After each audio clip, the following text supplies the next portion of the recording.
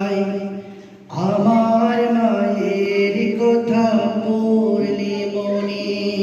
তারের মেঘে ঢেকে যায় হৃদয় শ্রাবণের বাড়ি যেন দু চোখ ভরে বেদনার স্মৃতি এসে আমায় কাঁদায় কাঁদায়